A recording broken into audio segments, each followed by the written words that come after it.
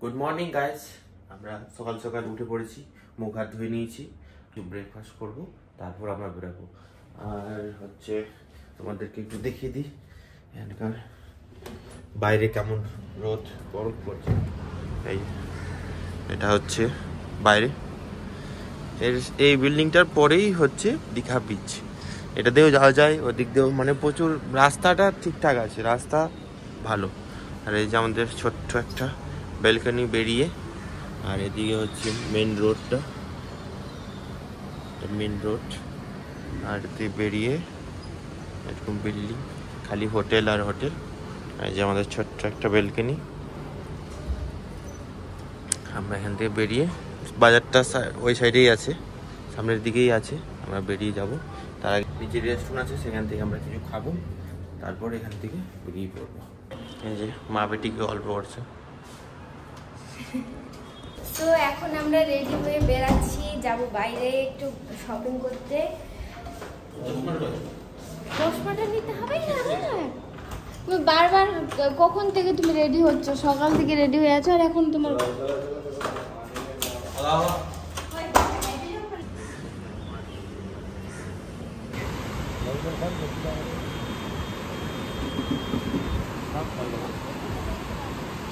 চলে এসেছি আমরা মোহনাতে। ওই যে সামনে দেখতে পাচ্ছ, ওটা হচ্ছে দীঘার মোহনা।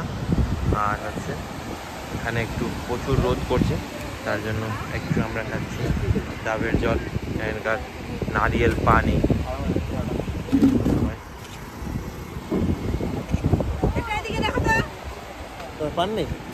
চলে এসছি আমরা এখন দীঘার মোহনায়। এটা হচ্ছে দীঘার মোহনার পার্কিং। আর সামনে হচ্ছে বাজার, দেখি কি কি মাছ টাছ পাওয়া যায়। এখানে সব ধরনের মাছ,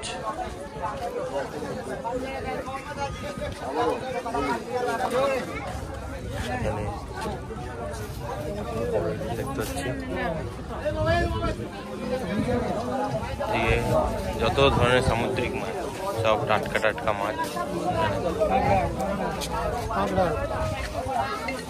দোকান, মাছের সবজির দোকান, সব ধরনের মিষ্টি মাছ পাওয়া যাচ্ছে। আর এখানে আছে বড় বড় পাবদা। তোমরা দেখতেই পাচ্ছ চারিদিকে একদম মাছের বাজার বসেছে। এখানে এমন কোনো মাছ নেই যেটা পাওয়া যাচ্ছে না, আর যেগুলো আমাদের এই সাইডে পাওয়া যায় না সেসব মাছও ওখানে আছে। অক্টোপাস থেকে শুরু করে পাবদা, আরো নানা রকম মাছ, দেখে এত ভালো লাগছিল। জীবনে হয়তো দেখিনি সামনে থেকে মাছগুলো, সেগুলো দেখতে পাচ্ছি। অবশ্য ফার্স্ট টাইম গেছিলাম সমুদ্রে, তাই এত প্রকারের মাছ দেখার সুযোগ হলো, সত্যি খুব ভালো লাগছিল। তারপর চলে গেছিলাম এই যে এদিকে একটু ছোটখাটো বাজার লেগেছে সেটাই দেখতে। এখানে পুরো শাখার বাজার বসেছে, শাখা, শঙ্খ। আর এখান থেকে সুন্দর দীঘার মোহনা দেখা যাচ্ছে, যেটা দেখতে সত্যি অসাধারণ লাগছে। আর তোমরা যদি বলো যে আমার পাহাড় নাকি সমুদ্র, যেহেতু আমি চলে গেছি সমুদ্রে, তো সেহেতু এখন আমি বুঝতে পারছি যে আমার পাহাড় নাকি সমুদ্র ভালো লাগে। অবভিয়াসলি আমার সমুদ্র ভালো লেগেছে, কারণ সমুদ্রের ধারে গিয়ে দাঁড়ানোর ফিলিংটাই একদম অন্যরকম, খুবই অসাধারণ লাগছে। তারপর এখানে ঘোড়াও আছে, যেখানে উঠে তোমরা ফটো টটো শুট করতে পারবে। তো আমরা এগুলোই দেখছিলাম, ভাল লাগছিল বেশ। দুপুর টাইম তো, তাই আমরা জলে নামিনি, পরে নামবো বিকাল বেলা। আর এখন আমরা শুধুমাত্র বাজারটাই ঘুরে দেখতে এসেছিলাম। তো ঘুরতে ঘুরতে এদিকে দেখলাম, তারপর এখানে মা শাখা নিচ্ছিল, সেটাই দেখছিলাম। এখানে শাখা খুব সস্তা, বাট পালিশ করা নেই। এবার অনেকে বলছে অরিজিনাল, অনেকে বলছে ফেক। তো এখানে ও আবার ভেঙেও দেখালো, মানে যে শাখা বিক্রি করছিল সে ভেঙে দেখালো যে না, এটা অরিজিনাল শাখা। তো ঠিক আছে, দেখলাম পালিশ করা নয়, তাই একটু অন্যরকম লাগছিল, বাট সস্তা এখানে শাখা। তাই মা নিয়ে নিচ্ছিল শাখা, বাড়িতে আনবে, কাকে কাকে দেবে বলে, ওই জন্য নিয়ে নিচ্ছিল, যেহেতু সস্তায়। আমাদের এদিকে তো প্রচুর দাম শাখার, যেগুলো পালিশ করা দোকানে পাওয়া যায় সেগুলো। আর ওখানে যেহেতু পালিশ নেই, সেহেতু দাম কম, আর ওই দিকের এগুলোই মানে শাখার দোকান প্রচুর। তো যেখানে যেটার মানে প্রাচুর্যতা বেশি সেখানে সেটার তো দাম কম হবেই। তো এখানে ওই জন্য দাম কম। তো নিয়ে নিচ্ছিল মা বেছে বেছে, সুন্দর সুন্দর ছিল অবশ্য শাখাগুলো। আর কেন জানি না সেই দিন আমার শরীর একদম ভালো লাগছিল না, সেই জন্য চলে গেছিলাম শশা খেতে। আমার কোনো কিছু খেতে ইচ্ছা করছিল না সেই জন্য। তো এখানে আমরা শশা খেয়ে নিচ্ছিলাম, শশাটাও বেশ ভালো লাগছিল গরমের মধ্যে খেতে। তারপর ওই যে বললাম আমার শরীর একদম ভালো লাগছিল না। সবাই এখানে একদম সমুদ্রের টাটকা মাছ ভাজা করেছে, মানে দোকানে দিয়ে করিয়েছে আর কি ভাজা। আর সবাই এখানে ঘুগনি মুড়ি মাছ ভাজা খাচ্ছিল, আর আমার শরীরটা একদমই ভালো লাগছিল না, কিছুই মুখে দিতে ইচ্ছা করছিল না, সেই জন্য আমাকে শুধু ঘুগনি দিয়ে দিয়েছিল। আর ঘুগনিতে নিচ্ছিলাম লেবু, কারণ একটু টক খেলে যদি একটু মুখটা ভালো হয় সেই জন্য। তো এখানে একদম টক করে ঘুগনি খাচ্ছিলাম, তবুও ভালো লাগছিল না। এখানে ওরা সবাই মাছের ভাজা এনজয় করছিল, কিন্তু আমার জানি না কেন শরীরটা খারাপ হয়ে গেছিল, মাছের গন্ধ সহ্যই হচ্ছিল না। হয়তো জার্নিটা অনেকক্ষণ হয়েছিল সেই জন্য হয়তো, কারণ গাড়িতে করে গেছিলাম, সেই জন্যই হয়তো আমার শরীরটা খারাপ খারাপ করছিল। তারপর আমরা ওখানে থাকতে না পেরে আবার চলে এসেছিলাম দীঘার মোহনার এখানে, যেখানে এত সুন্দর ঢেউ আসছিল, মানে এত সুন্দর লাগছিল আমি তোমাদেরকে বলে বোঝাতে পারবো না। আর এই টাইমে ঢেউগুলো খুব সুন্দর আসছিল, আর ওই যে দেখো আমি দূরে দাঁড়িয়ে মজা নিচ্ছি ঢেউয়ের। আমি বলছি তুমিও চলে আসো, তুমিও চলে আসো, খুব সুন্দর ঢেউ আসছে আর বাতাসও আমিও দিয়েছে নেমে খুব পড়লাম। সুন্দর।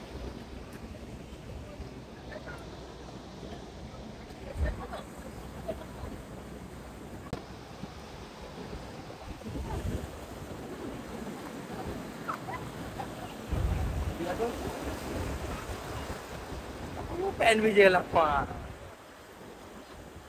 এটা বড় ঢেউ আছে, ঠিক আছে? ওই দেখো ঢেউ। খুব ভালো লাগছিল, সমুদ্রের ধারে এসে কেমন জানি রোদটা আমার লাগছে না বলো। এখানে একটু ঠান্ডা জল তো, তার জন্য রোদটা একটু কম হচ্ছে। রোদ কিন্তু সে রোদ করছে, বাট এখানে একটু কম রোদ লাগছে।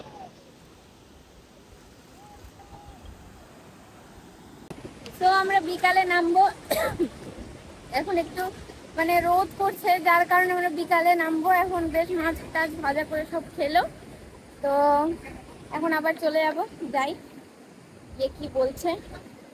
এখন যাব হচ্ছে হয়তো রুমে, রুম থেকে ওখানে একটু রেস্ট নিয়ে খাওয়া দাওয়া করে তারপরে আবার নামবো আমরা। চললাম আমরা ওইদিকে, ঘোড়াই চড়ছে সব।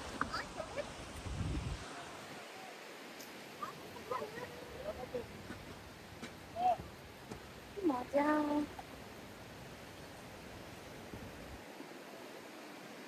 তারপর আমরা চলে গেছিলাম শপিং মলে, যার যা প্রয়োজনীয় জিনিস কেনাকাটার ছিল সমস্তটা করে নিল। তারপর চলে গেছিলাম আমরা রুমে। তো বিচে যাওয়ার জন্য একদম আমরা রেডি, ফাইনালি আমরা যাচ্ছি স্নান করতে। তো খুব এক্সাইটিং লাগছে, তো চলো যাওয়া যাক। আমার সোনা এখনো রেডি হয়নি। খোলো তো, কে এসছে?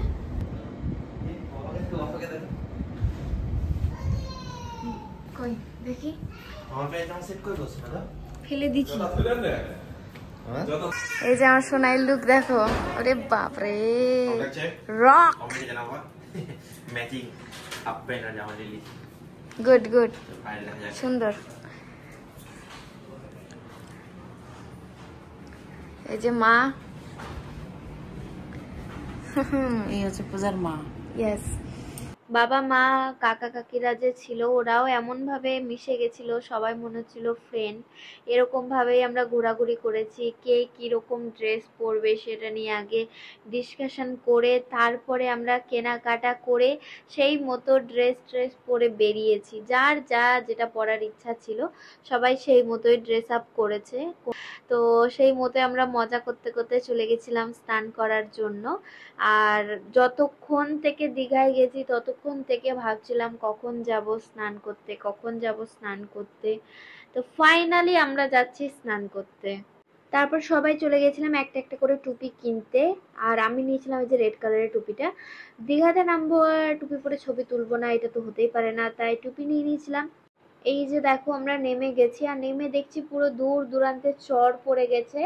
আমাদের দুপুরবেলা নামতে হতো, মানে জানা ছিল না, আমরা রোদ দেখে দুপুরবেলা নামিনি। আর এখন দেখছি সেরকম ঢেউও নেই, আর চরও পড়ে গেছে অনেকটা, অনেকটা দূরে চলে গেছে জল। তো সেই জন্যই আমরা একটু হতাশ হয়ে গেছিলাম, কিন্তু যাই হোক, অনেকটা দূরে হেঁটে যাওয়ার পর জল ছিল, বাট একটু কম ছিল ঢেউ, যেটার জন্য একটু কম মজা হচ্ছিল, বাট মজা একদমই যে হয়নি সেটা নয়। তো যাই হোক, আমরা চলে গেছিলাম, খুব মজা করেছি। তোমরা ভিডিওটা কন্টিনিউ দেখতে থাকো। ওই যে এই যে আসছে। আমাকে দেখো, এইগুলো হয় না, ওই ঘোড়া চালকগুলো, ওরকম লাগছে। কি হবে?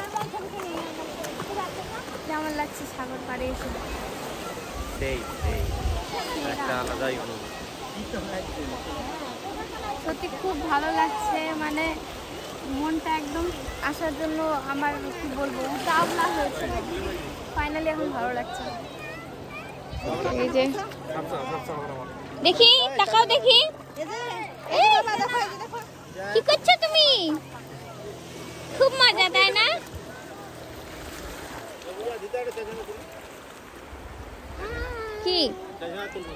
কি যা।